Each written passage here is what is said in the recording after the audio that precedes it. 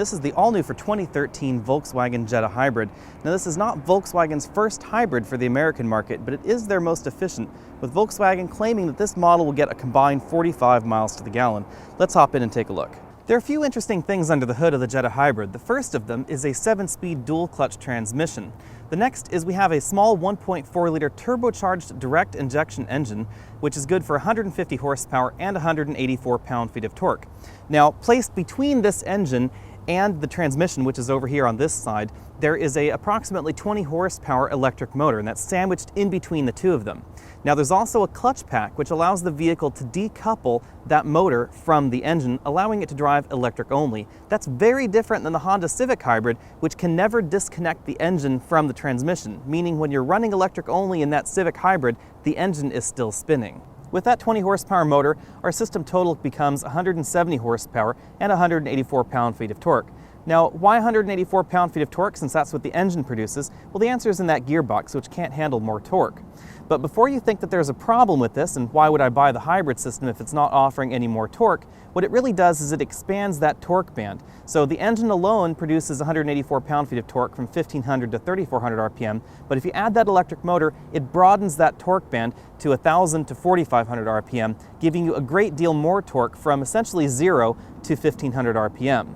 Fit and finish quality on the interior of the Jetta Hybrid is extremely high. All the panels meet very nicely. They're very even panel gaps. Everything seems to be put together with a definite Germanic precision on the interior of this Jetta. But things get a little bit cheaper when we go lower in the dash. This car is built to compete with the likes of the Honda Civic, etc., which definitely have cheaper plastics going on. That means that over here on the doors, we now have fairly hard plastics on the door panels with only small soft touch inserts. This is essentially what you'd also find in the Honda Kia as well as the Honda Civic Hybrid competition to this vehicle. Now, unlike the full-size hybrid competition from Ford, Toyota, Honda, Kia, and pretty much everyone else, you won't find leather in this interior at any price. All we really get is this leatherette in your choice of a light or dark shade. And really, that's just a fancy way of saying that these are vinyl seats. Front seat comfort is fairly good in the Jetta Hybrid. We have a manual lumbar support on all the models, and our particular model is equipped with the optional power driver's seat. A word on that power driver's seat, however, the range of motion isn't as good as it is in some of the full-size sedans as well as the mid-size sedans, and that's because of this bottom seat cushion.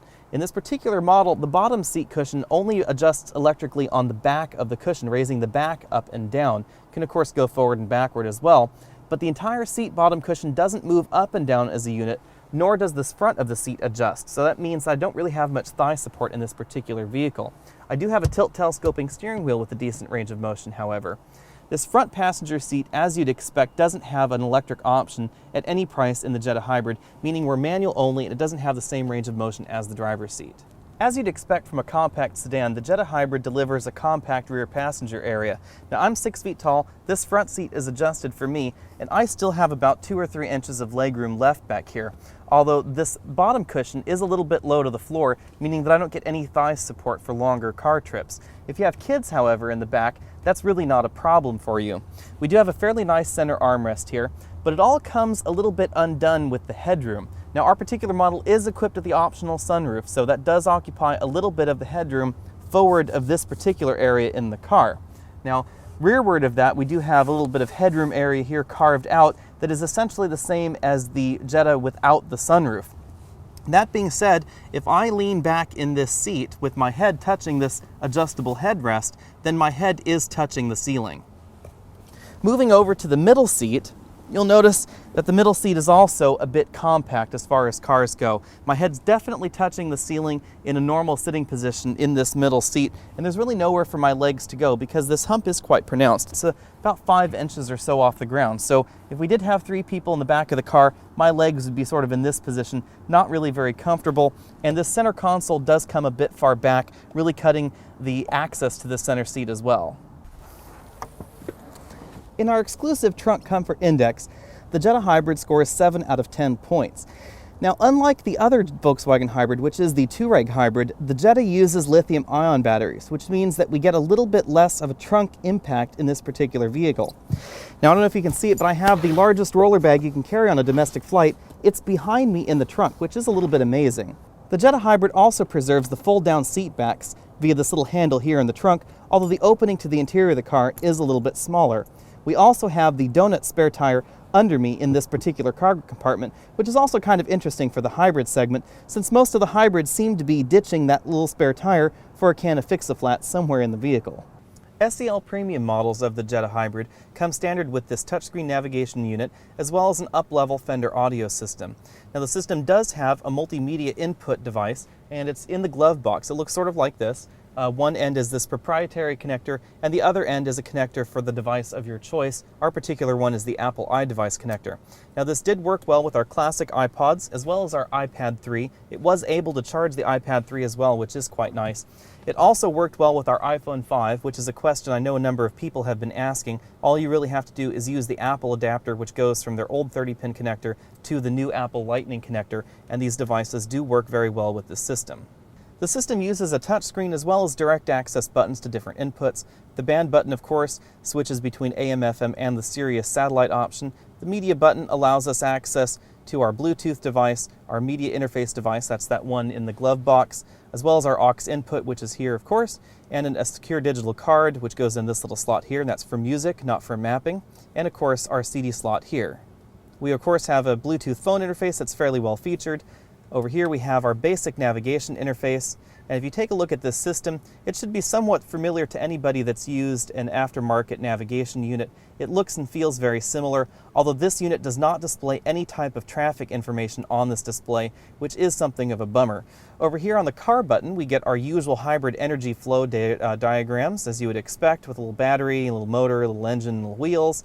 And over here we have our driving data, and we can see what our fuel economy has been. On this particular short trip, we've averaged 30 miles per gallon, and since the start, we've had 38.5 miles per gallon over our approximately 35 miles with this car so far. Over here on the setup button, we have our usual setup options for the system, and of course we can adjust our sound. Out on the road, the Jetta Hybrid handles very much like the rest of the Jetta lineup. Although Volkswagen has made a few changes to the Jetta Hybrid suspension, most of that's to do with the extra 200 pounds for the Jetta Hybrid system, as well as to soften up the handling just a little bit and keep it more in tune with the rest of the hybrid competition. That means in the back we have a coil spring setup instead of the torsion bar setup used by the rest of the North American Jetta lineup. The handling does suffer a little bit thanks to the low rolling resistance tires, although our SEL Premium has wider rubber than the standard Jetta Hybrid at 205 all the way around. Now that standard Jetta Hybrid may achieve its EPA fuel economy numbers of 45 miles per gallon combined, but our particular SEL Premium model really had difficulty getting over about 42 miles per gallon on the highway.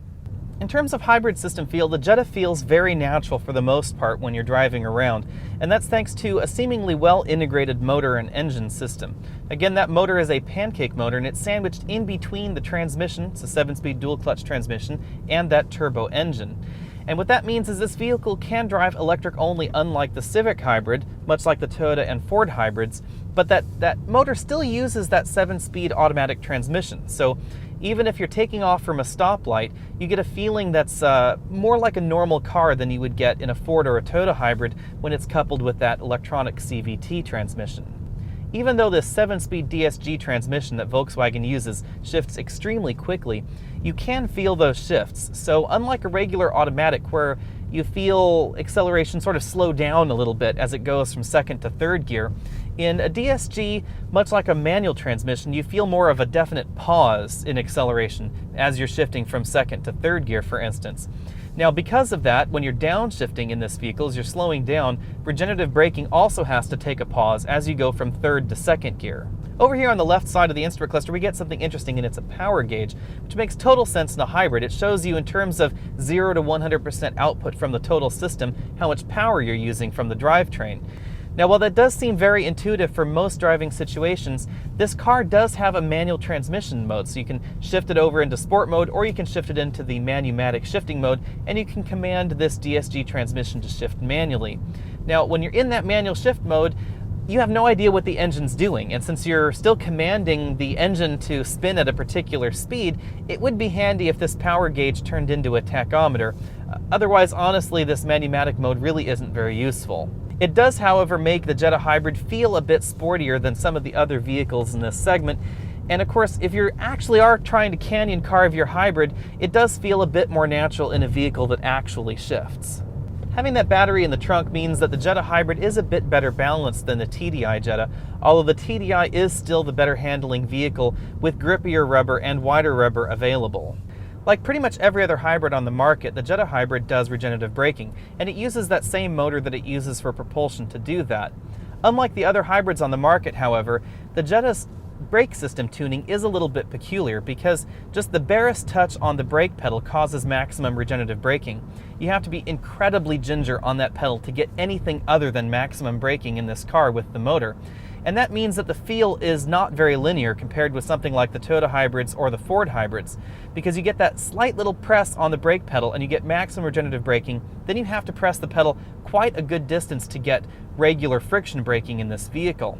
It's most pronounced if you're in regenerative braking mode by pressing on that pedal very gently, and then you shift the vehicle into neutral and all of a sudden you can see what's going on. It also means that when you're going downhill and all of a sudden the battery pack gets full, which can happen when you're going down a grade of maybe about 800 to 1,000 feet or so, and then all of a sudden you go from regenerative braking to friction braking with no regenerative braking at all. Well, the feeling of the system is a little bit peculiar. It is a lot better than the Civic Hybrid system, which does feel a little bit strange pretty much all the time. Compared to the Civic Hybrid, the Jetta Hybrid is much nicer to drive. It has a much nicer interior as well. It also has a much higher level of G-wizardry going on under the hood with that dual clutch transmission and of course with the ability to actually drive electric only without spinning the engine.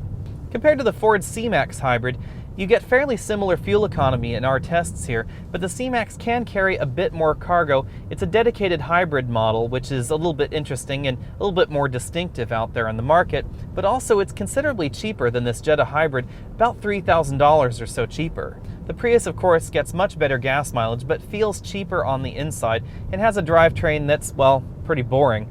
Now, the Jetta is a compact car, and as you notice here, it has a trunk. That means that the Jetta Hybrid competes really pretty much only with the Honda Civic Hybrid because there's no other compact gasoline electric hybrid available in the US. Now, there's a problem with that, of course, because price-wise, this Jetta Hybrid starts just under $26,000, and our particular model here is priced around $32,000. That means that the Ford Fusion Hybrid is cheaper than this Jetta. It's also bigger, gets fairly similar gas mileage, even though it doesn't really achieve those EPA numbers of 47, 47, 47. You get a bigger car, you get a few nicer gadgets than this particular car. So who would buy the Jetta Hybrid? Well, it's really for that person who wants a Volkswagen and they want a gasoline electric hybrid. They don't want to deal with diesel, but they still want good fuel economy. Or they are looking for something a little bit fancier than a Honda Civic. Even though really the Jetta and the Civic compete with one another, there's this mystique that somehow the Volkswagen, being a German, has a better brand name, is a little bit fancier, is a little bit nicer. For the vast majority, that's definitely true, and I would definitely buy this any day over a Civic.